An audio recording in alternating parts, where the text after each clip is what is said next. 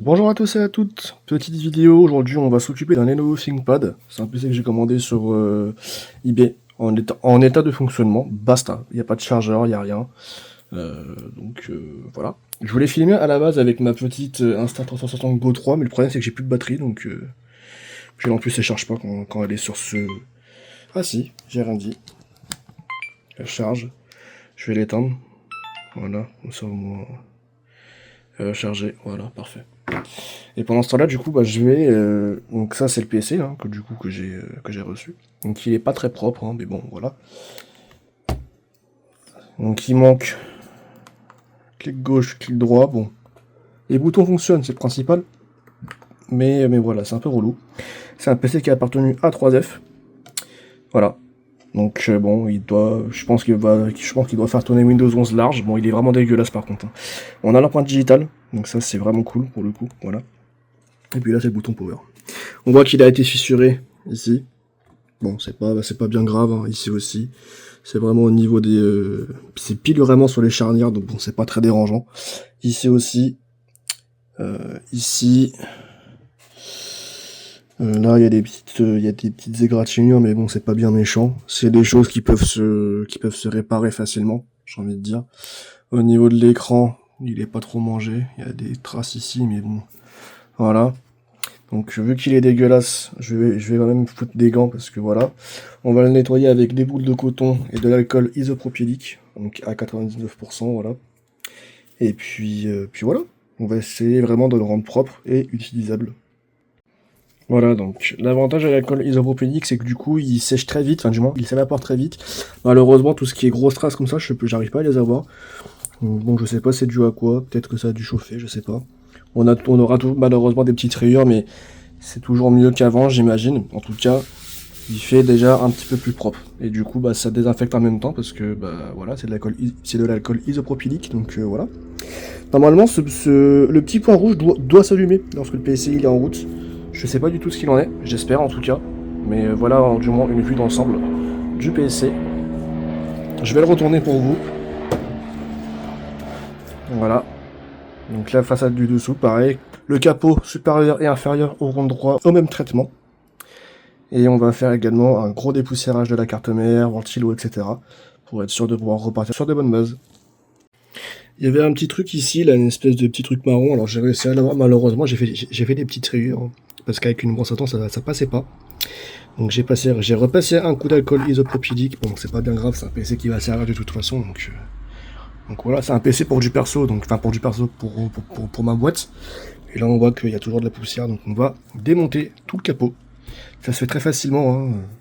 Concrètement, moi je vais venir avec mon petit tournevis électronique, enfin électrique plutôt, et je vais prendre un embout cruciforme comme ceci. Voilà, hop. Je vais me mettre en low, c'est très bien low, et je vais faire toutes les petites vis comme ça. Voilà, hop. Ce qui est pratique normalement sur ces petites, sur ces vis là et sur le capot du coup, c'est qu'en fait les vis restent dedans. On n'a pas besoin de justement les trier. Donc ça c'est vraiment cool. Ça veut dire qu'en gros ça fera ta vis en moins à trier. J'ai essayé de les retirer mais voilà. Ah, on a une vis qui commence à être un petit peu foirée donc il faudra que je fasse gaffe. Hop. Voilà. Hop, ici aussi. Et la dernière, c'est bon. Voilà, donc là, on n'a plus de vis. Donc je vais passer cette petite spatule entre le PC. Donc en gros, je vais essayer de vous montrer. Par exemple ici, là, au niveau des ports.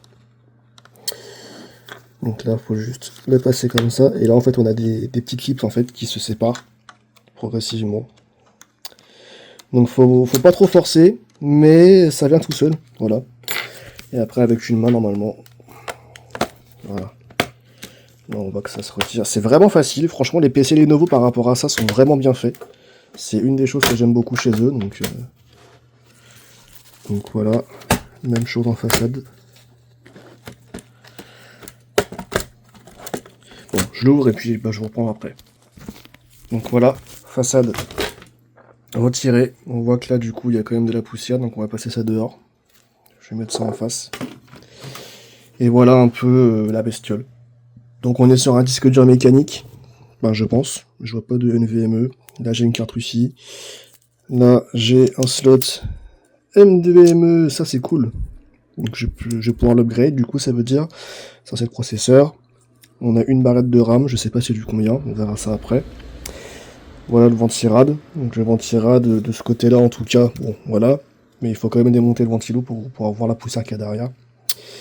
Donc je vais d'abord aller nettoyer tout ce qui est grille là-bas. Et je reprends dans 5-10 minutes.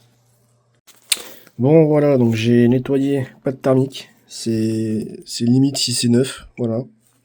Donc j'en suis plutôt content. Alors il y a peut-être quelques résidus là, je n'avais pas vu. Mais voilà. Ici, dissipateur thermique, c'est bon. J'ai eu toute la poussière du ventilo, j'en suis très content. Voilà, donc il y avait un petit peu de poussière comme je m'y attendais, mais bon voilà.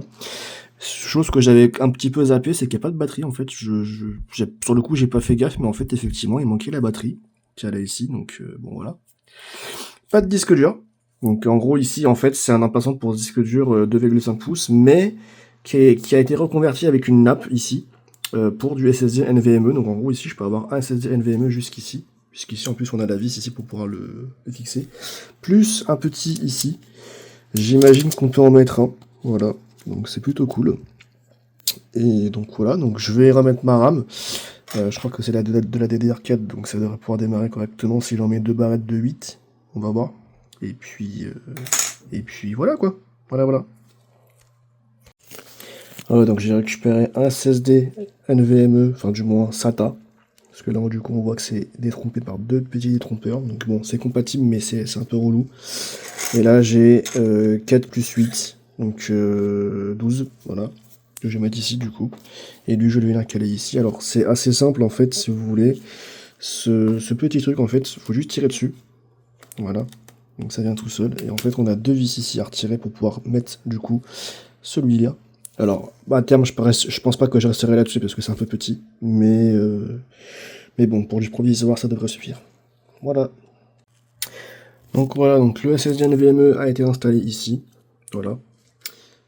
Ici, on a les deux barrettes de RAM. Et dans une prochaine vidéo, je vous montrerai l'installation de la batterie, le remplacement probable du clavier ou des boutons de la souris. Avec ce nouveau chargeur, parce que là, du coup, j'en ai pas sous la main. Enfin, j'en ai un en USB-C, mais bon, voilà.